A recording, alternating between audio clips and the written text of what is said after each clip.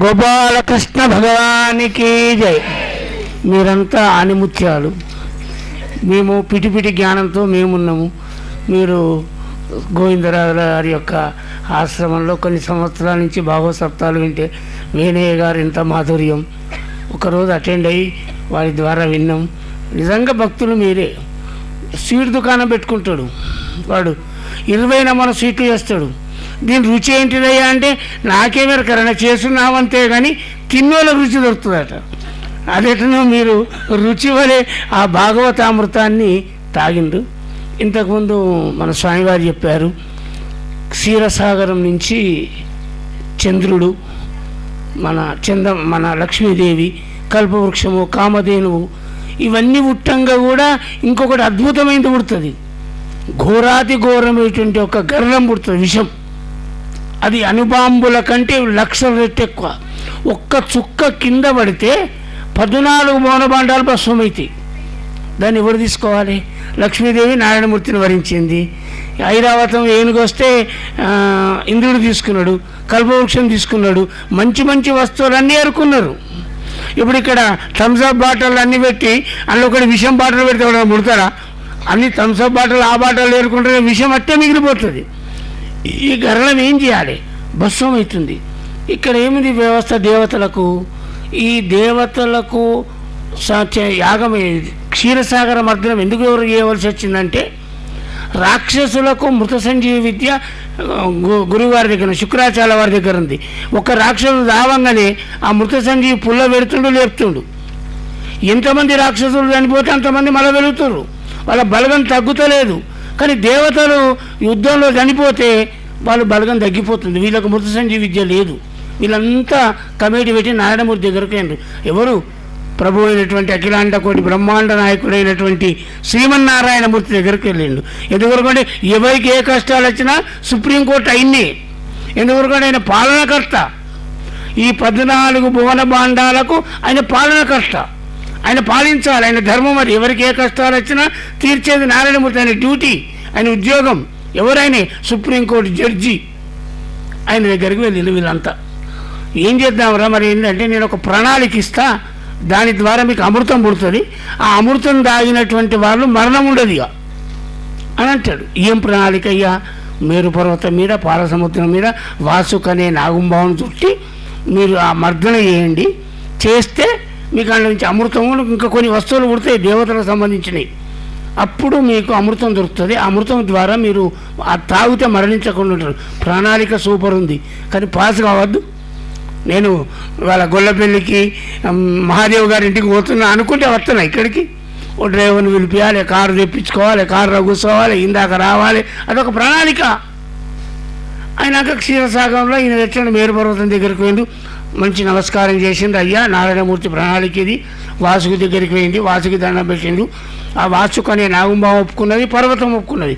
ఆ పర్వతం చుట్టూ నాగుంబావం చుట్టి అల్ల పర్వతం దించారు. దించగానే ఏమైంది? బుడుక్కున మునిగింది, అల్లకే పోయింది, పైకి ఎత్తలేదు.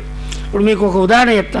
ఒక కుండలో చల్లబోసి చల్లకవము అడుక్కు దిగబడితే ఏం చేయగలుగుతారు? మీరు దాన్ని తాడుగట్టి మీద మీద ఆడిస్తేనే చల్లొస్తుంది. అడుక్కు తలగద్దు, అది సిబ్బి అంటారు, దాన్ని ఏమంటారు, అది అడుక్కు తలగద్దు కవ్వం. ఇట్లా మర్దన చేస్తే నీకు అమృతం వస్తుంది. మనకు వెన్న వస్తుంది, వాళ్ళకేమో అమృతం వస్తుంది. మళ్ళీ నారాయణమూర్తి దగ్గర కురికిరు దేవతలంతా. స్వామి మీ ప్రణాళిక ఫెయిల్ అయింది. ఏమైందిరా? మందర పర్వతం మొత్తం అనేది కూర్చున్నది, పైకి లేస్తే కదా మేము చిలికేది. అయ్యయ్యో అట్లయిందా? అప్పుడు ప్రభు అయినటువంటి శ్రీమన్నారాయణమూర్తి కూర్మావతారం ఎత్తిండు. మత్స్య కూర్మ వరావతారాలలో తాబేలు అవతారం, మీరు తాబేళ్ళని చూసిండో లేదో, ఆ తాబేలు అవతారం శ్రీమన్నారాయణమూర్తి 2వ అవతారం. ఎత్తి మీదికి లావట్టిండు, ఆడుతుంది. ఇప్పటికి మీరు తాబేలు, ఇది సత్యము సత్యం అనడానికి ఎన్నో ఆధారాలు మనకు. కొందరు అంటే పొక్కిడి పురాణాల అయ్యగారు మాత్రమే చెప్తారు. తాబేలుకు ఇప్పటికీ వెన్ను గట్టిగా ఉంటుంది, దాని మీదకి లారీ పోయినా కూడా తాబేలు దావదు. అదే నారాయణమూర్తి ఎత్తిన తాబేలు అవతారం ఇప్పటికీ మనకు నిదర్శనం చూస్తాయి. ఇవే దాఖలాలు. దేవుడు ఉన్నాడు అని మిమ్మల్ని ఎవరైనా ప్రశ్నిస్తారు. దేవుడు లేడరా? ఎందుకు లేడరా? ఆనాడు ఎన్నడో 1,00,000 యుగంలో మా నారాయణమూర్తి తాబేలు అవతారం ఎత్తితే ఆ తాబేలు ఇప్పటి వరకు కూడా గట్టిగా ఉన్నాయిరా, చూపిస్తే వాళ్ళు నోరు మూసుకుంటాడు. ఇంకా దేవుడు లేడు అంటారు, నోటికి వస్తుందా? ఇది తాబేలు అవతారం. అయినాకేమైంది, మీద ఎగిరిపోతుంది, ఆగుతలేదు, ఒక నిలకడ అయితలేదు. కింద తాబేలు అవతారం ఎత్తున లేపిండు, మీదికి ఎట్లా మళ్ళా ఉరికిండు నారాయణమూర్తి దగ్గర. ఎత్తినాక ఇది ఎవరి వల్ల కాదురా, ఇక నేనే వస్తున్నా అని లక్ష్మీ నారాయణమూర్తి గరుడ వాహనం మీద కూర్చున్నాడు. ఇక్కడ ఏముంది, మీద నారాయణమూర్తి, కింద కూర్మావతారంతో నారాయణమూర్తి, మధ్యలో ప్రణాళిక బ్రహ్మాండంగా అవుతుంది. ఈ మధ్యలో వచ్చిన వస్తువులు వచ్చినట్టు అందుకుంటుండ్రు. ఈ నారాయణమూర్తి ఎప్పుడు లేదు, చేసు లేదు, ఏదొస్తుందో అందుకుంటుండ్రు. లక్ష్మీదేవి వచ్చింది, నారాయణమూర్తి మెడలేసింది. ఇంద్రలోకానికి సంబంధించినటువంటి కల్పవృక్షం తీసుకోమండు, కామధేనువు తీసుకోమండు, మంచి మంచి వస్తువులన్నీ మనిషి కూడా ఎత్తుకపోతూనే ఉన్నారు. అప్పుడు నారాయణమూర్తి అవసరం లేదు, వాళ్ళకు గరడం వచ్చింది, విషం. ఈ దేవతలందరికీ సిగ్గు అనిపించింది. ఈ నారాయణమూర్తి దగ్గరికి ఎన్నిసార్లు పైరు పెడదాం. ఒక చిన్న ఉదాహరణ ఏంటంటే, ఇంటి పక్కకు కిరాయి తీసుకున్న వాళ్ళు వచ్చిందట. వచ్చి అమ్మ కొద్దిగా పాలు ఉన్నాయా, పాలు పోసింది. పాపం ఇవాళనే వచ్చారు కదా, పాలు పొద్దున అమ్ముతారు కదా, సాయంత్రం దొరికాయి కదా, పాలు పోసింది. మళ్ళీ కొద్దిసారి వాళ్ళు వచ్చి అమ్మ కొద్ది చక్కెర ఉందా, చక్కెర పెట్టింది. అమ్మ కొద్ది చాపత్తు ఉందా, చాపత్తు ఇచ్చింది.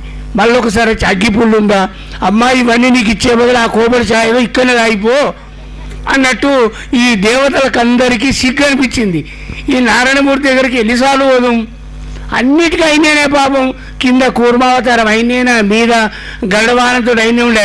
ఈ సిగ్గు అనిపించి ఇంకొక క్యాండిడేట్ అన్నాడు. ఆయన ఎవరు, నారాయణమూర్తితో సమానమైన వ్యక్తి, ఆవగిందంతా కూడా తేడా ఉండదు. శివశహృదయం విష్ణు, విష్ణుష్టహృదయం శివ. అరే మనం శంకరుని ఇప్పటి వరకు వాడుకోలే, ఇప్పుడు శంకరుని పని పడదాం అని అంతా కైలాసానికి వెళ్ళి ఏ ప్రభో శంకర శాంతం పద్మాసనస్థం అని ఎన్నో కీర్తనలు చదివిండు. నాకు సమయం తక్కువ, ఒక్కటే నిమిషంలో గుంజి పడేస్తున్నాం.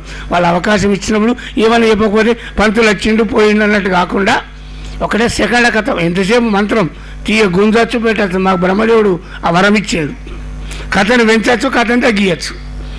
అప్పుడు శంకరుని ప్రార్థన ఏంగానే, ఇది ఎందుకొరకు అంటే కళ్యాణానికి సంబంధించింది కనుక ఈ కథ చెప్తున్నాం. ఇవాళ మన రుక్మిణి కళ్యాణం కదా. అయినాక శంకరుడు బాగా ఆలోచించిండు, ఇది ఏంటిదా, కాలకూట విషం స్వామి, ఇది ఒక్క చుక్క కింద పడితే 14 బోనబాండాలు నాశనమైపోతాయి. మరి నేనేం చేసుకోవాలరా, మీరు రాగాలి. అయ్యా ఇదేమన్నా పాయసమా, లేకుంటే వాళ్ళ థమ్సాపా, కూల్ డ్రింకా తాగబడేందుకు, ఇదేంటిరా మీకు ఏంటిరా ఇది విషయం. అయ్యా మీరు తప్ప దీన్ని హరించే వాళ్ళు ఎవరు లేరు. నారాయణమూర్తి ప్రణాళిక ఇది, మాది కాదు.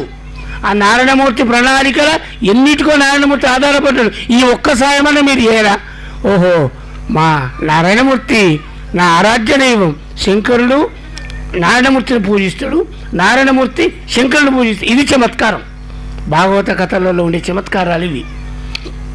నా ఆరాధ్య దైవం నారాయణమూర్తికి అంత కష్టపడ్డా. అయితే ఇదొక చిన్న భాగం కదా. మరి మిగులావంటే హోమ్ డిపార్ట్మెంట్ని అడగాలి. ఇంకెవరైనా సమస్య వస్తే ఏం చేస్తారు, భార్యాభర్తలు ఇద్దరు కూర్చొని ఆలోచిస్తారు. అది సంసారమైన జీవితం. దాన్ని అడిగేది ఏంటి, ఆడి మనిషి అనుకుంటే వీడు వ్యర్థులవుతాడు, ఎన్ని రోజులైనా నీళ్ళలో పడిపోతాడు. నిజంగా మంచి కుటుంబం అంటే ఏదైనా మంచి సబ్జెక్టు, అంటే మెయిన్ సబ్జెక్టు వచ్చినప్పుడు భార్యాభర్తలు ఆలోచించాలి. పార్వతీదేవి దిక్కు ముఖం చూసింది.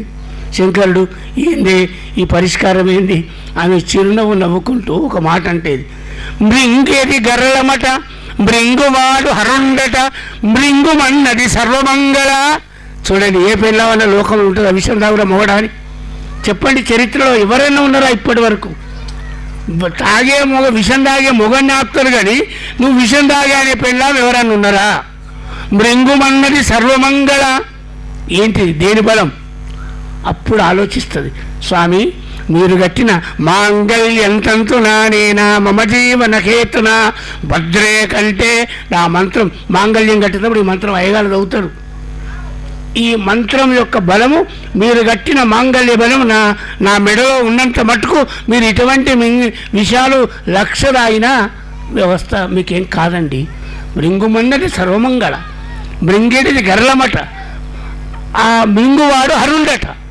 చూడండి, ఆ సర్వమంగళ చేత ఆ మాంగళ్యం యొక్క బలం చూడండి. కళ్యాణం కొరక ఇప్పటి వరకు కూడా మేము పెళ్ళిళ్ళకు పోతే 20 తులాల నగలే చేయించినా మేము అడగం. అమ్మ పుస్తమట్టెలు ఏంటి అంటాం. అది పుస్తి ఎంత ఉంటుంది, అతి శ్రీమంతుడు చేస్తే పావులెత్తు. పుస్తైతే 20 తులాలు పెట్టం కదా, నెక్లెస్కు ఎంతో పెడతాం, వడ్డాలం పెడతాం, ఎన్ని పెడతాం. పుస్తక మాత్రం చిన్నగా ఉంటుంది. మీరు వేయించుకునే నగలలో ఆ పుస్తక పూజ ఏముంటుంది ఆ మాంగళ్యంలో?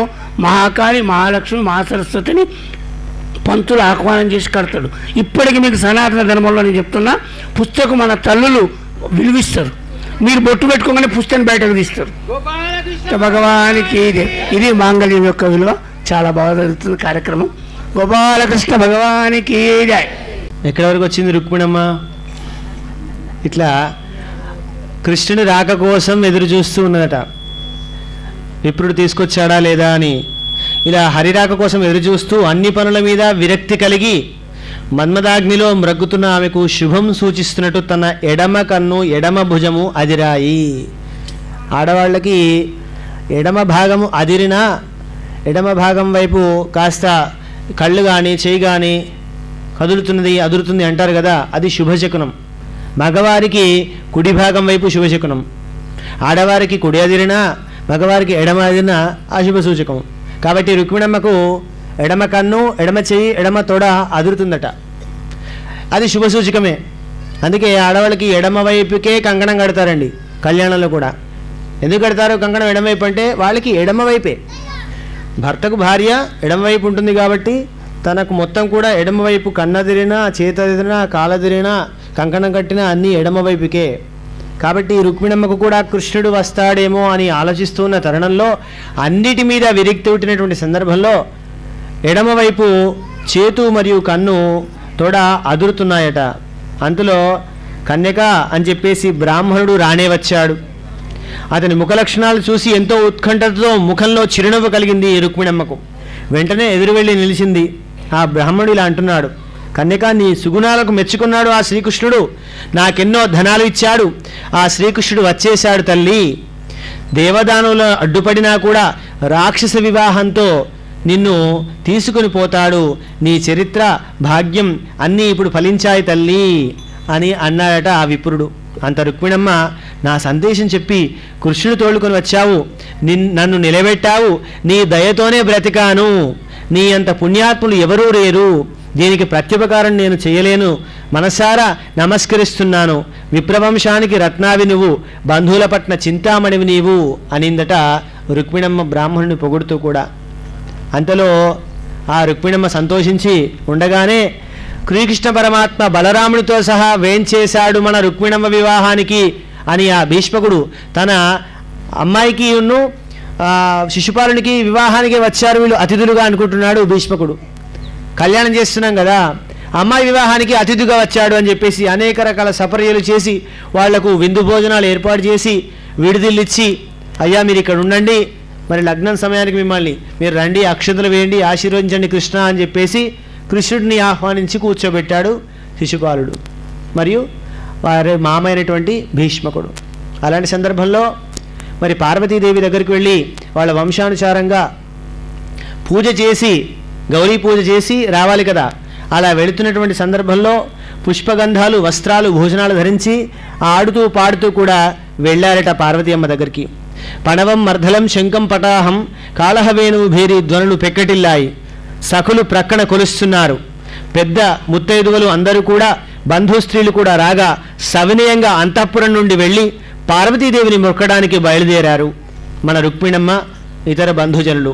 ఇంకా సూతుల వంది మాగాధులు, గాయకులు, స్తోత్రపాఠకులు కైవారాలు చేస్తూ వస్తున్నారు. రుక్మిణి గోవిందుని పాదపద్మాలు మనసులో స్మరిస్తూ మందగమనంతో అనగా మెల్లిగా మెల్లిగా అడుగులో అడుగు వేస్తూ పార్వతీదేవి ఆలయానికి వెళ్తుందట. ఎప్పుడు ఎటువైపు నుంచి వచ్చి కృష్ణుడు నన్ను ఎత్తుకెళ్ళిపోతాడో అనేటువంటి ఆలోచనతోనే మందగమనం చేస్తోంది మన అమ్మ. కాళ్ళు చేతులు కడుక్కొని ఆచమించింది. శుద్ధురాలై దేవీ సన్నిధికి చేరింది. ముత్తైదులైన విప్రసతులను పార్వతీ పరమేశ్వరులకు అభిషేకం చేశారు. గంధాక్షతలు ఇచ్చారు. వస్త్రాలతో పూలదండలతో దేవిని అలంకరించారు. ధూపదీపాదులిచ్చారు. ఎన్నో విధాల పిండి వంటకాలు నివేదన చేశారు. కానుకలిచ్చి దీపాలతో హారతులిచ్చారు. ఇలా రుక్మిణీదేవి చేత మ్రొక్కించారు. అమ్మవారిని రుక్మిణి ఇలా ప్రార్థించిందట, నా మనస్సులో సనాతనులైన ఉమామహేశ్వరులను నమ్ముకున్నాను, పురాణ దంపతులైన మిమ్ము భజిస్తున్నాను. నీవు చాలా పెద్ద అమ్మవు, నీవు దయాసాగరానివి. అమ్మా, నాకు శ్రీహరిని భర్తగా చేయవమ్మా, నిన్ను నమ్మిన వారికెన్నడూ వినాశం కలగదు కదమ్మా ఈశ్వరి అని చెప్పేసి అమ్మను అనేక విధాల ప్రార్థించిందట. వారు సంతోషంతో దీవించి రుక్మిణి శిరస్సు మీద అక్షింతలు వేశారు పెద్ద ముత్తైదువులు. ఆ సేనలు ధరించిన తర్వాత పార్వతీదేవికి మ్రొక్కి మౌనవ్రతం విడిచి గుడి నుండి బయటకు వచ్చింది. అలా రాగానే ఇలా వచ్చిన రుక్మిణి మబ్బుల మధ్య నుండి వెలుపలికి వచ్చి ప్రకాశించే తొలకరి మెరుపులాగా ఉంది. చంద్రమండలం నుంచి బయటకు వచ్చి తిరిగే లేడివలె ఉందట రుక్మిణమ్మ. బ్రహ్మ అనే నటుడు ఎత్తిన తెరమడుగు దాటి రంగం మీద ప్రత్యక్షమైన మోహినీ దేవతలు ఉంది. అలా అమ్మ సర్వాంగ సుందరంగా ముస్తాబై సుందరమైన చూపులు వీరులైనటువంటి రాజుల మనస్సులను భేదిస్తున్నాయి. కాలి అందెల ధ్వనులు చెవులకు విందు చేస్తున్నాయి. ఆ సుందరి ముకుందుని రాక కోసం నిరీక్షిస్తూ కాలి నడుకతో వస్తుందట. అలా వస్తూ ఉండగా ఆమె చిరునవ్వులు సిగ్గుల చూపు వల్ల అక్కడి రాజకుమారులు మనస్సులు కూడా అరలించాయట. ధైర్యం సడలింది, గాంభీర్యం తొలగింది, గౌరవం మరిచారు, చేష్టలు దక్కి తెలివి చెప్పారు, ఆయుధాలు వదిలేశారు. గజాలను తురగాలను రథాలను ఎక్కలేక రాజులంతా నేలవరాలిపోయారు. అప్పుడు ఆ రుక్మిణి తన ఎడమ చేతి గోళ్లతో ముంగుర్లు తొలగించుకుంటూ పైట సవరిస్తూ ఓరచూపులతో వరుసగా ఆ రాజులందరినీ కూడా చూస్తూ చంద్రబింబం వంటి ముఖము, సింహం నడుము, పద్మ పత్రాల వంటి కన్నులు, అందమైన వక్షస్థలం, మేఘం వంటి శరీరం, ఐరావతి వంటి చేతులు కలిగి పీతాంబరం ధరించి చక్కగా అలంకరించుకున్నవాడు, శంఖం వంటి కంఠం, విజయోత్కంఠగల జగన్మోహనుని కృష్ణుని చూసింది మన రుక్మిణమ్మ. కృష్ణుని రూపము, వయస్సు, లావణ్యం, వైభవం, గాంభీర్యం, చాతుర్యం, తేజో విశేషాలకు సంతోషించి మన్మథ బాణాలకు లోనై అప్పటి వరకు కృష్ణుని చూడలేదు కదా, ఇప్పుడు చూసింది కనుక అలాంటి అనురక్తికి లోనైందట. రథమెక్కాలనుకుంటున్న రుక్మిణిని చూసి శత్రురాజులందరూ చూస్తూ ఉండగా మందగమనంతో మదగజంలా వచ్చి నక్కల నడమున్న మాంసం సింహం ఎత్తుకొని పోయినట్లు రాజలోకమంతటినీ లెక్క చేయక తృణీకరించి రాజకన్యను తీసుకుని వచ్చి కృష్ణుడు రథమెక్కించుకున్నాడు. భూమి ఆకాశాలు ప్రతిధ్వనించేటట్లు పాంచజన్యం పూరించాడు. బలరాముడు వెంటరాగా కృష్ణుడు ద్వారకా నగర మార్గంలో వెళ్ళిపోయాడు. అప్పుడు జరాసంధుని రాజులంతా కృష్ణుని పరాక్రమం సహింపలేక అదిగో సింహాల కీర్తిని నీచమృగాలు గ్రహించినట్లు మన కీర్తులు లాక్కుని బాలను గోపాలకులు తీసుకుని పోతున్నారు. ఇంకా మన శౌర్యం ఎప్పటికీ ప్రదర్శిస్తాము? మీరు శస్త్రాస్త్రాలు కాల్చడానిక ఆమెను వారి నుండి విడిపింపకపోతే సంధుల్లో కూడా మనలను ప్రజలు పరిహసించరా అన్నాడట అని ఒకరు చెప్పుకోగా మనస్సులో రోషాలు పెట్టుకుని సంరంభంతో కవచాలు తొడిగి ధనులు ధరించి పంతాలాడి తమ చతురంగ బలాలతో యాదవీరులను వెంబడించి ఎదిరించి నిలువునంటూ ధిక్కరించి పలికారు. పర్వతాల మీద వర్షాధారలు కురిసే మేఘాల వలె బాణాలు కురిపించారు. అప్పుడు యాదవ సైన్య సేనాధిపతులు ధనుస్సులు ఎక్కుపెట్టి వెంటినారులు మ్రోగిస్తూ నిలిచారు. శత్రు సైన్యాల బాణాలతో కృష్ణుని సేనలు కప్పబడటం చూసి భయంతో రుక్మిణి జింక కనులతో బెదురుతూ సిగ్గుతో కృష్ణుడి ముఖం చూసిందట. అలా చూడగానే కృష్ణుడు కమలాక్షి చూడు, ఇప్పుడే యదువీరులు శత్రు సైన్యంలో ప్రవేశించి చీల్తి పారేస్తారు, వెంటనే విరోధులు చచ్చిపోతారు చూడు అన్నాట శ్రీకృష్ణుడు. అలా రుక్మిణిని కృష్ణుడు ఊరడించాడు. అంతలో బలరామాది వీరులు ప్రళయకాలంలో ఆకాశం నుండి పిడుగురు రాల్చే మబ్బుల వలె విజృంభించారు. జరాసంధాది రాజుల మీద పరాక్రమంతో అగ్ని సమానాలైన బాణాలు, నారాచాలు, భల్లాలు మొదలగు వివిధ శరపరంపరలను కురిపించారు. దానితో శత్రు సైన్యంలోని మదపటేనుగుల ముక్కలు ముక్కలయ్యాయి, గుర్రాలు చెదిరిపోయాయి, రథాలపై భాగాలు విరిగిపోయాయి, కాల్బాలం నశించింది, గజారోహాలకు అశ్వరోకాలకు తలలు తెగిపెడ్డాయి.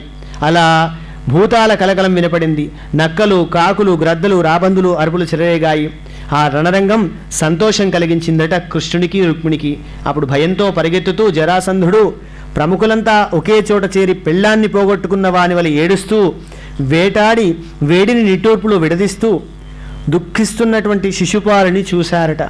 శత్రువులు చేతికి చిక్కక ప్రాణాలతోనే ఉన్నావు కదా అని ఓదార్చి ఇలా అన్నాడట, చైద్య, బృందిలో ప్రాణాలుంటే బ్రతకవచ్చు, కానీ ప్రాణాలుంటే భార్య ఉంటుంది. నీవు ముందు బ్రతికావు, భార్య మాట దేవుడెరుగు, బాధపడుకు అని ఒకరు అన్నారట.